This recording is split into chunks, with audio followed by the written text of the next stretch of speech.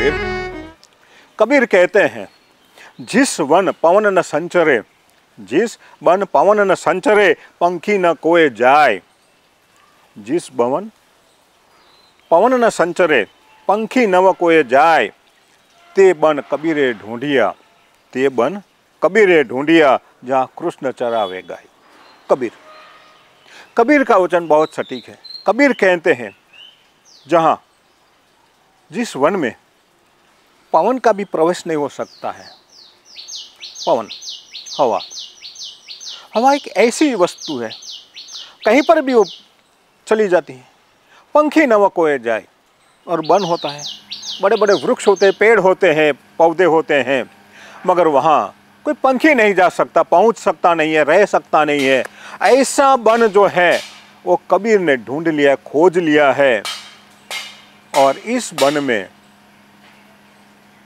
कृष्ण चरावे गाय। कृष्ण अर्थात प्रेम भक्ति जहाँ रह सकती है, अंतरात्मा में जहाँ प्रेम भक्ति रह सकती है, वो प्रेम भक्ति के भीतर न पवन जा सकता है, न कोई पंखी रह सकता है। पंखी अर्थात कोई माया नहीं रह सकती है। तो ऐसा वन जो है, ऐसी जगह जो है, वो कबीर ने खोज निकाली है। कबीर कहते हैं, मैंने ढूंढी है। सारी दुनिया कहाँ ढूंढती है? तो कि सारी दुनिया खोजती है मंदिरों में, मस्जिदों में, वनों में, गुफाओं में। तो वहाँ वहाँ जा जाकर लोग ढूंढते हैं, खोजते हैं। मगर कबीर ने तो अपने अंतरात्मा के भीतर ऐसी जगह ढूंढ निकाली है, वहाँ कोई पवन नहीं आ सकता है, पवन का प्रवेश नहीं हो सकता है। अपने भीतर में, अपने अंतरात्मा में कौन जा सकता है? अपने अंतरात्मा में, हमारे अंतरात्मा में केवल हमारी प्रेम भक्ति ही प्रवेश कर सकती है, और किसी के लिए अंदर जगह ही नहीं है, अवकाश ही नहीं है। बाहर से कोई वस्तु आ नहीं सकती है, कैसे घुसे? हमारे अंतरात्मा को कौन बिगाड़ सकता है? हाँ, बाहर दुनिया में बहुत लोग बैठे हैं जो आपके अंतरात्मा को बिगाड़ने के लिए, मगर कबीर कहते सावधान रहिए। ये अपना अंतरात्मा है, वो ऐसी जगह है, वो अपनी जगह है, अपने लिए है। वहां किसी को प्रवेश मत करने दीजिए। बाह्य हवा आएगी, बाहर से विचार आएंगे, तो अपने अंतरात्मा को बिगाड़ देगी, और बिगाड़ देगी कृष्ण। कृष्ण अर्थात प्रेम भक्ति। तो वहां तो प्रेम भक्ति का ही स्थान है, और किसी का स्थान नहीं। अब ये चिड़िया बोल रही है, इनकी आवाज आप सुन रहे होंगे, मगर ये तो हमारे कानों के भीतर जाती है, अंतरात्मा में कैसे प्रवेश करे? तो हमारे कानों में तो बहुत सारी आवाजें आती रहती है।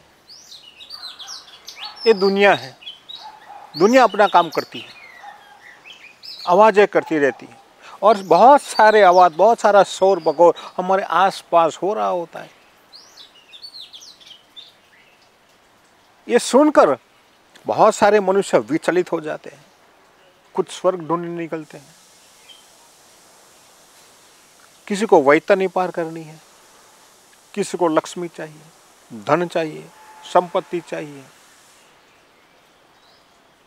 अब धन संपत्ति तो ठीक है, जीवन निर्वाह के लिए धन संपत्ति का होना जरूरी है, मगर यह जरूरी नहीं है कि हम इसके भीतर में खो जाए और हमारा जो कर्तव्य है वो कर्तव्य में चूक जाए। धन संपत्ति के बिना मनुष्य का जीवन आसान नहीं है, वो नहीं जी पाएगा। और कभी न कभी ये नहीं कहा है तुम पराधीन होकर अपना जीवन व्यतीत करें। पराधीन का कोई मतलब ही नहीं है। जीना है तो स्वतंत्र रूप से जिए,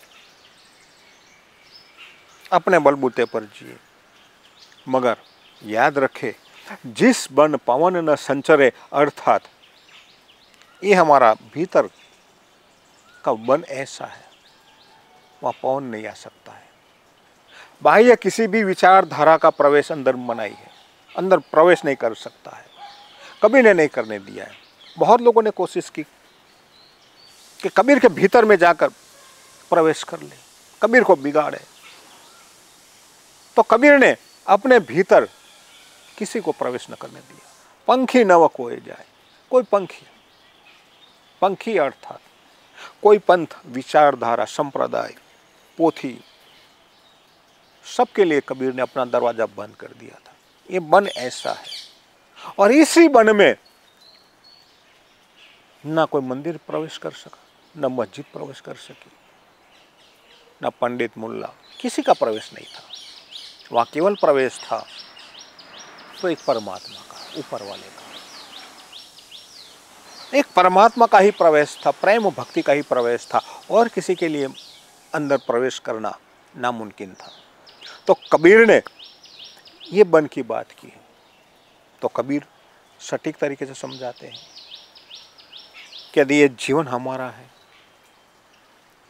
और ये हमारा ही जीवन है, और हमारे जीवन पर अधिकार तो केवल हमारा अकेला ही का ही है, हमारा ये अकेला अधिकार है, एकमात्र हमारा ही अधिकार है।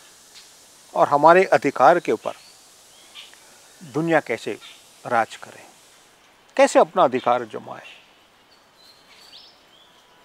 तो हमें क्या करना है वो तो हमें तय करना है ना। मगर दुनिया ऐसी है कि एक अंधा कूप में दूजा लिया बुलाई, एक कूप में ही पड़ा हुआ है, अंधश्रद्धा के कूप में सब डूबे हुए हैं, और लोगों को भी बुला रहे कि आ जाओ आ जाओ, अंदर आ जाओ। तो एक तो कूप में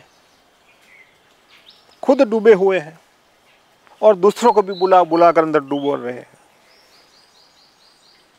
तो कबीर को यह बात मंजूर नहीं है। इसलिए कबीर कहते हैं कि जिस बन पवन न संचरे, पंखी न वो कोई जाए, ते बन कबीरे ढूंढिया, जहां कृष्ण चरावे गाय, गाय अर्थात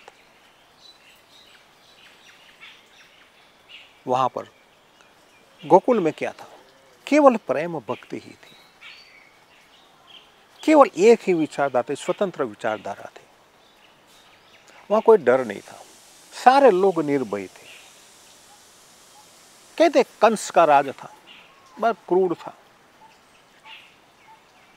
मगर गोकुल में, वृंदावन में, जहां कृष्ण रहते थे, वहां पर उनका कोई राज न था, उनका कोई डर भय नहीं था, सब निर्भय थे, और निर्भय होकर अपने मन मुताबिक जीवन जी रहे थे। वो स्वच्छंदी न थे, मगर प्रेम भक्ति से, बड़े आनंद से, मजे से वो जीवन व्यतीत कर रहे थे। अब ये कहानी सत्य है असत्य है, इसकी घटना में जाने की आवश्यकता नहीं है, मगर हमें यह जानना जरूरी है कि वहां जो था, ये कथा जो कह रही है, इस कथा के मुताबिक ये लोग आनंद से, प्रेम भक्ति से जी रहे थे। तो हमें यही बोध लेना है।